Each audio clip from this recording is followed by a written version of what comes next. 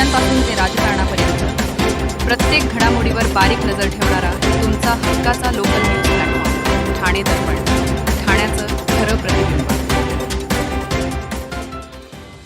Scout गाईडच्या शिबिरासाठी लखनौमध्ये गेलेल्या आणि रेल्वे चुकल्यामुळे शुक्रवारपासून तिथेच अडकलेल्या 16 विद्यार्थी आणि 2 शिक्षकांची परतण्याची व्यवस्था राष्ट्रवादी काँग्रेस शरदचंद्र पवार पक्षाचे राष्ट्रीय सरचिटणीस डॉक्टर जितेंद्र आव्हाड यांनी केले.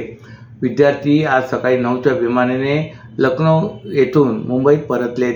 ठाण्यातील बेडेकर शाळेत 7वी ते 9वीच्या वर्गात शिकणाऱ्या 16 विद्यार्थ्यांचा कॅम्प उत्तर प्रदेश येथील लखनौमध्ये गेला होता. शुक्रवारी त्यांची परतण्याची गाडी होती, मात्र स्टेशनला उशिरा पोहोचल्याने त्यांची गाडी निघून गेली. त्यामुळे त्यांना स्टेशन परिसरातच रात्र काढावी लागली. शुक्रवारी सोबत असणाऱ्या शिक्षकांनी एका खाजगी ट्रॅव्हल कंपनीकडून बस आरक्षित केली होती. बस मालकाने 35,000 रुपये घेतले आणि 4 बाग परिसरात वाहनात बिघाड झाल्याचे सांगून पोबारा केला. त्यानंतर ते सर्वजण एका धर्मशाळेत आश्रयाला गेले. या मुलांच्या पालकांपैकी एकानेही बाप राष्ट्रवादी काँग्रेस शरदचंद्र पवार पक्षाचे जिल्हा अध्यक्ष मनोज प्रधान यांना रात्री 1 वाजता फोन करून सांगितली. प्रधान यांनी ही बाब लगेचच डॉक्टर जितेंद्र आव्हाड यांना कळवली. डॉक्टर आव्हाड यांनी रात्री सूत्र हलवली. सर्वात आधी विद्यार्थ्यांच्या निवासाची आणि जेवणाची व्यवस्था केली. तसेच तेथील काही लोकप्रतिनिधींशी चर्चा करून सकाळी 9 वाजण्याच्या विमानाची तिकिटे आरक्षित केली. हे सर्व विद्यार्थी आज 12:30 वाजेपर्यंत मुंबईत दाखल झाली आणि आज दुपारी 3च्या सुमारास हे सर्व विद्यार्थी राष्ट्रवादी शरदचंद्र पवार यांच्या पक्ष कार्यालयात दाखल झाली. यावेळी यांच्या समवेत पालक, शिक्षक उपस्थित होते. यावेळी उपस्थित पालकांनी, शिक्षकांनी राष्ट्रवादी शरदचंद्र पवार पक्षाचे ठाणे शहर जिल्हा अध्यक्ष मनोज प्रधान तसेच आमदार जितेंद्र आव्हाड यांचे आभार मानले. घोडबंदर येथील आनंदनगर भागात एका गृहसंकुलालगत असलेल्या भूखंडावर बेकायदेशीरपणे परमिट रूम लॉजिंग उभारण्याचा घाट असून येथील रहिवाशांनी आमदार केळकर यांच्याकडे धाव घेतले. या प्रकरणी केळकर यांनी परिमंडळ आयुक्तांना तात्काळ कारवाई करण्याचे निर्देश दिले. कारवाईला दिरंगाई केल्यास रहिवाशांसह भाजपा रस्त्यावर उतरून मोठे आंदोलन करेल असा इशाराही त्यांनी दिलाय. कोपड येथील भाजपच्या कार्यालयात आयोजित जनसेवकांचा जनसंवाद या कार्यक्रमात आनंदनगर परिसरातील विजय वाटिका गृहसंकुलातील रहिवाशांनी आमदार केळकर यांची भेट घेऊन निवेदन दिले.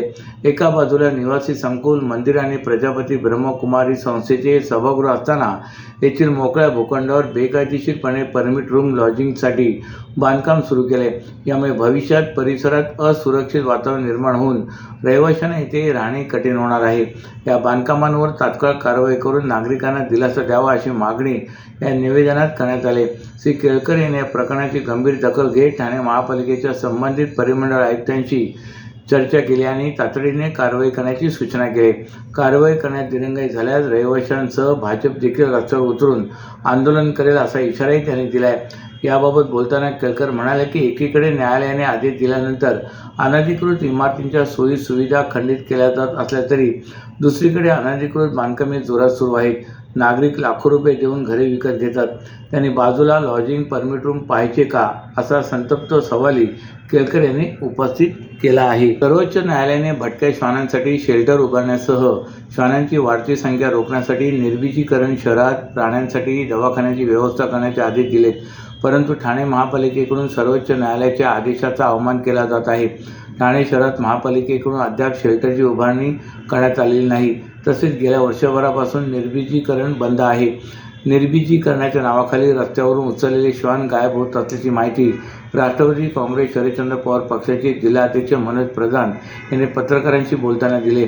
गेल्या अनेक दिवसापासून ठाणे शहरातील भटक्या श्वानांचा प्रश्न जटिल होऊ लागला आहे. भटक्या श्वानांना अन्न देणाऱ्या प्राणीमित्रांना मारहाणी केली जात असून भटके श्वान बेपत्ता होत असल्याचे उघडकीस आले. या संदर्भात ठाण्यातील प्राणीमित्र मनोज प्रधान यांच्या नेतृत्वाखाली एकवटले. रविवारी दमानी इस्टे येथील दत्त मंदिरात श्री दत्तगुरूंना भटक्या श्वानांचे रक्षण करण्यासाठी आणि प्राणीमित्रांनी साकडे घातले. यावेळी प्रधान यांनी पत्रकारांशी संवाद साधलाय. प्रधान म्हणाले की मी स्वतः श्वानपालक आहे, त्यामुळेच मला प्राणीमित्रांची व्यथा माहीत आहे. सर्व प्राणीमित्र पदरचे पैसे खर्च करून भटके श्वान आणि भटक्या मांजरींना खाऊ पिऊ घालत असतात. मात्र समाजकंटकांकडून या प्राणीमित्रांना मारहाण करण्यात येते. श्वान दंशाबाबत बोलले जात असले तरी 1000 श्वानांपैकी 1 श्वान चावला तर उर्वरित 999 श्वानांना दोष का दिला जातो? आज जी समस्या निर्माण झाली त्याला ठाणे महापालिका जबाबदार आहे असा आरोप प्रधान यांनी यावेळी व्यक्त केला आहे. सर्व नागरिकांना आवाहन करण्यात येत आहे की सध्या डासांमार्फत पसरणाऱ्या डेंग्यू या आजाराचा प्रसार रोखण्यासाठी प्रत्येकाने पुढीलप्रमाणे कार्यवाही करावी. डेंग्यू आजार एडिस इजिप्ती हा डास चावल्याने होतो. या डासांची पैदास साचलेल्या किंवा साचवलेल्या स्वच्छ पाण्यामध्ये होते. 8 दिवसांपेक्षा जास्त दिवस पाणी उघडे व साचून राहिल्यास त्यात डास अंडी घालतात. अंड्यांच्या अळ्या तयार होऊन पुढे डास तयार होतात. यासाठी आपल्या घरातील पाणीसाठे उदाहरणार्थ बॅरल्स, पिंपे, टाक्या, हौद, रांजणे इत्यादी दर आठवड्याला रिकामे करून घासून पुसून कोरडे करून पुन्हा भरावे. 1 दिवस कोरडा दिवस म्हणून पाळावा. पाणी साठ्यांना घट्ट झाकणे बसवावीत किंवा जुनी साडी, चादर, धोतर यांनी बांधून झाकून ठेवावीत, म्हणजे डास त्यात जाऊन अंडी घालणार नाहीत. घराच्या गच्चीवर, आजूबाजूला, अंगणात कोठेही पाणी साचू देऊ नये. भंगार सामान उघड्यावर टाकू नये. उदाहरणार्थ टायर्स, प्लास्टिक सामान, कुंड्या, टाकाऊ वस्तू इत्यादी. अशा सामानात पावसाचे पाणी साठून त्यात डेंग्यूच्या डासांची पैदास होते. घरातील कूलर्स, फ्रीजच्या पाठीमागील ट्रे हे देखील वेळोवेळी कोरडे करावेत. लक्षात ठेवा, नुसत्या फवारणीने डास घनता कमी होत नाही, तर त्यासाठी डास पैदास ठिकाणे नष्ट करणे ही आपल्या सर्वांची जबाबदारी आहे. कोणताही ताप अंगावर न काढता जवळच्या शासकीय रुग्णालयात मोफत औषधोपचार घ्या. अशा प्रकारे नागरिकांनी सहकार्य केल्यास डेंग्यूचा प्रसार रोखणे सहज शक्य आहे. घोडबंदर भागात वारंवार होत असलेली वाहतूक कोंडी, रस्त्यावरील खड्डे अशा विविध समस्यांमुळे त्रस्त झालेल्या घोडबंदर वासियांनी शनिवारी हातात मशाल घेऊन कासारवडवली ते वाघबीळ नाक्यापर्यंत मोर्चा काढला होता. सेवा रस्त्यावर काम सुरू असल्यामुळे कासारवडवली येथून मुख्य रस्त्याने हा मोर्चा वाघबीळपर्यंत आल्यामुळे कासारवडवली ते वाघबीळपर्यंत आणि त्यापुढे गायमुखपर्यंत वाहतूक कोंडी झाली होती. मुंबई महानगरातील वाहतुकीसाठी घोडबंदर रस्ता अत्यंत महत्त्वाचा मानला जातो. मात्र या रस्त्यावर सातत्याने वाहतूक कोंडी होत असते. या मार्गावरून अवजड वाहतूक मोठ्या प्रमाणात सुरू असते. त्यातच मेट्रो, मुख्य आणि सेवा रस्ते जोडणी कामामुळे अनेक ठिकाणी रस्ते अरुंद झाल्याने कोंडीत भर पडत आहे. स्थानिक नागरिक या कोंडीमुळे हैराण झाले असून या कोंडीवर उपाय करण्याची मागणी सातत्याने होत आहे. घोडबंदर मार्गावरील वाहतूक कोंडी सोडवण्यासाठी आणि अपघातांचे प्रमाण रोखण्यासाठी विविध घोषणा करण्यात येत असल्या तरी या समस्या अजून सुटल्या नाहीत. या पार्श्वभूमीवर ठाण्यातील अजय जया फाउंडेशनच्या वतीने हा मशाल मोर्चा काढण्यात आला होता. या मोर्चात घोडबंदर भागातील 200 ते 250 नागरिक सहभागी झाले होते. कासारवडवली नाक्यावरून या मोर्चाला सुरुवात झाली. या मोर्चामध्ये तरुणांपासून ते अगदी ज्येष्ठ नागरिक सहभागी झाले होते.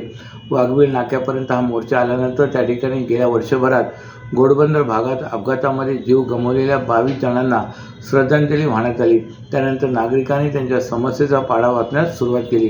परंतु या मोर्चामुळे कासारवडवली ते वाघबीळ भागात वाहतूक कोंडी झाली होती. धनगर समाजाच्या अनुसूचित जाती आरक्षणाची तात्काळ अंमलबजावणी व्हावी यासाठी आंदोलनाची ज्वाला अधिक तापत चालली.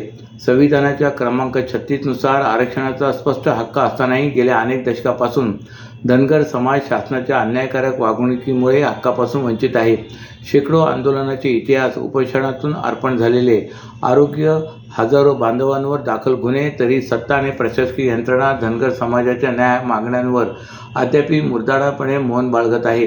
या अन्यायाविरोधात पेटलेल्या लढ्याला नवी धार देण्यासाठी जालना येथे सलग 16 दिवस उपोषण करत रणशिंग फुंकणारे धनगर आरक्षण मुक्ती संग्राम लढ्याचे पुरस्कारकर्ते दीपक भाऊ बोराडे यांनी काल ठाण्यात दाखल झाले होते.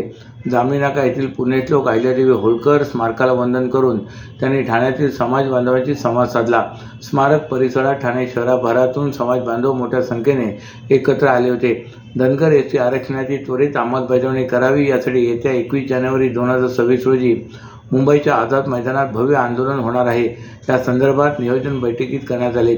यावेळी धनगर समाजाचे नेते महादेव अर्जुन, शंकर कोळेकर, मल्लिकार्जुन पुजारी, ॲडव्होकेट नानासाहेब मोठे, ॲडव्होकेट प्रकाश पुजारी, निहारिका कोंदले, दीपक देवकाते, राजेंद्र शिर्के, राजू जांगळे, धनगर प्रतिष्ठानचे अध्यक्ष दीपक कुरकुंडे, डॉक्टर अरुण गावडे, दादा पडकळ, महेश गुंड, प्रसाद वारे, राजेश वारे, अविनाश लबडे आदी यावेळी उपस्थित होते. संविधानानुसार 36 क्रमांकावर धनगर समाजाला आरक्षण मंजूर असताना सुद्धा अनेक वर्ष आरक्षणापासून वंचित ठेवले गेले. शेकडो आंदोलने, उपोषणे, हजारो बांधवांवर गुन्हे दाखल असे असतानाही लढा सुरूच आहे.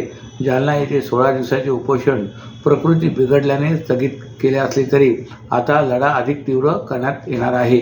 अशाच नव्या आणि ताज्या बातम्यांसाठी ठाणे दर्पणच्या पेजला लाईक करा आणि फॉलो करायला विसरू नका.